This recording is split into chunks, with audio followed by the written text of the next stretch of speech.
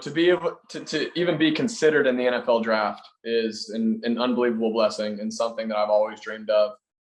From an emotional standpoint, I'm just so thankful. I know that very few people get to have this opportunity. So I told myself going into it that I wouldn't waste, any of this opportunity on any negative emotion, regardless of what that looks like. And so I'm just so thankful to be in this position, to play this great game and play at a professional level. I'm super excited to get a chance to continue to learn and play this great game. And it's something that, I'll never take for granted, and I can't wait to make the most of it. Thanks, and congrats again, Sam. Thank you. Sam, congratulations, man. I just wonder when this day started, were you still thinking that you were going to get picked up, or were you thinking maybe, undrafted? I mean, just what were your thoughts this morning when you woke up? Yeah, waking up, obviously it was like Christmas morning, not knowing where I was going to go, but understanding that I did have a good chance of going somewhere was something I was looking forward to. So thankful for this opportunity and something that it's unbelievable, truly.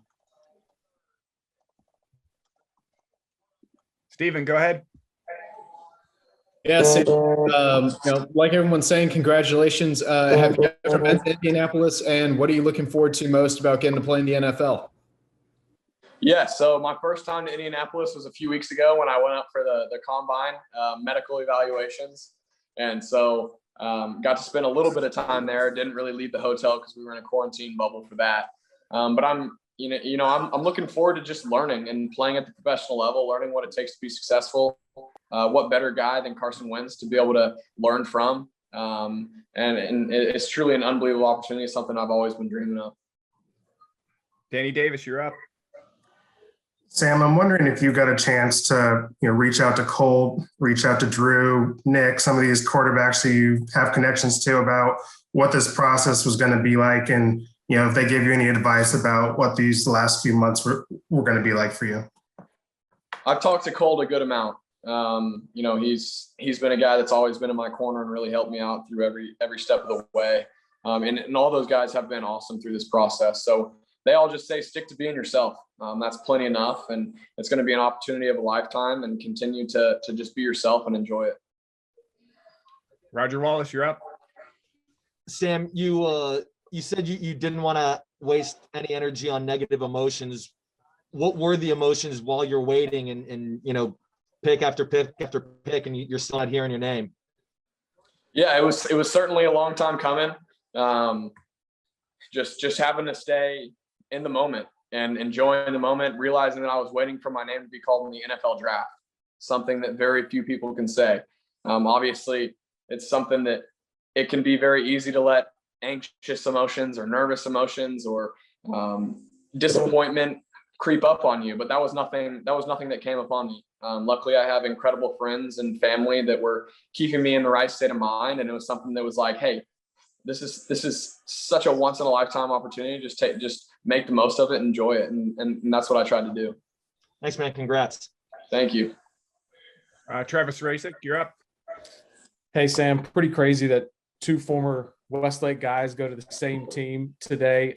Just thoughts on reuniting with Kylan, and maybe speaking a little bit to the talent you guys played around at Westlake, and maybe how that's prepared you as you've moved up through your football career.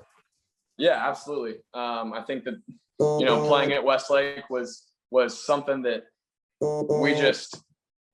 we took for granted. Playing around a bunch of great players and great coaches. We built a great foundation from high school on, from what it takes to be successful at playing football. And to be able to continue to move on with him and play with him at the next level is something that's so special. And I can't wait to link back up with him. It's something that can't even really put to words. Anwar, go ahead. Sam, just like everyone else, congratulations on being drafted. You previously, you guys nicknamed your 2017 class, a word that we're not going to use right now, but talk about just the vindication that it feels like to know that you were drafted, Graham was drafted, and Cosme. Yeah, well, it's been a long time coming. It's been a long process, all the ups and downs together. But there's no other guys that I'd rather go through it with.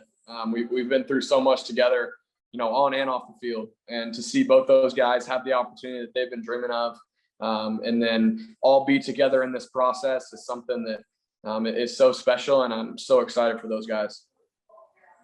Jeff Howe, go ahead. Hey, Sam, I know the draft process for everybody this year was wonky with, all the COVID restrictions and everything. As far as the Colts specifically, how much contact did you have with Chris Ballard or Frank Reich or anybody at the Colts before today? That's really hard to say. There were a lot of conversation with a lot of different teams. It's hard to kind of pinpoint, especially in this moment with so many excited emotions. I kind of have to go back and look through my calendar and notebook to see. But there were a lot of incredible conversations with a lot of different teams. Nick Moyle, go ahead.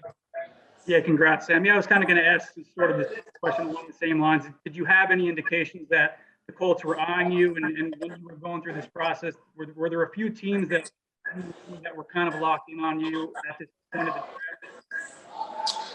Well, I thought so, but talking with Brandon Jones, who's been with me through thick and thin and kind of been with me through this whole process, he talked to the Dolphins once a few months before the draft. So he was like, don't put any stock into the teams that you're talking to. You never really know. But I always had a good feeling about the Colts. Always had great conversation with them and knew it was a great landing location for me. So it's really hard to say because you just talk to so many different teams and there's so many different outcomes that can happen with trades and picks and things like that. But definitely had a great feeling about the Colts all the way through.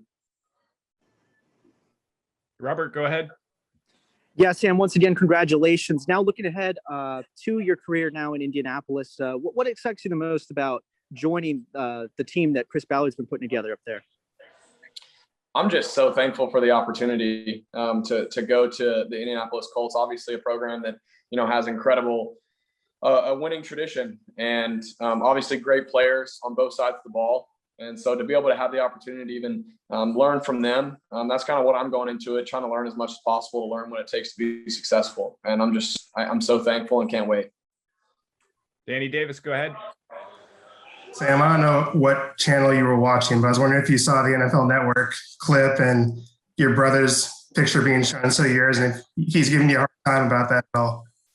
No, they did it again. I knew they did it at the Senior Bowl, but I didn't know they did it again. They did it again today. Well, good. Jake deserves all the screen time he can get. Congrats, Sam. Thank you. Jeff Howe, go ahead. Sam, I know you talked a couple times this offseason about, part of the legacy you want to leave at Texas was, leaving the program better than you found it. And as this process has come full circle now, you've got to go back to the spring game and any conversations you've had with Sark. I mean, how do you feel just about that whole, full circle process of wanting to leave the program better than you found it?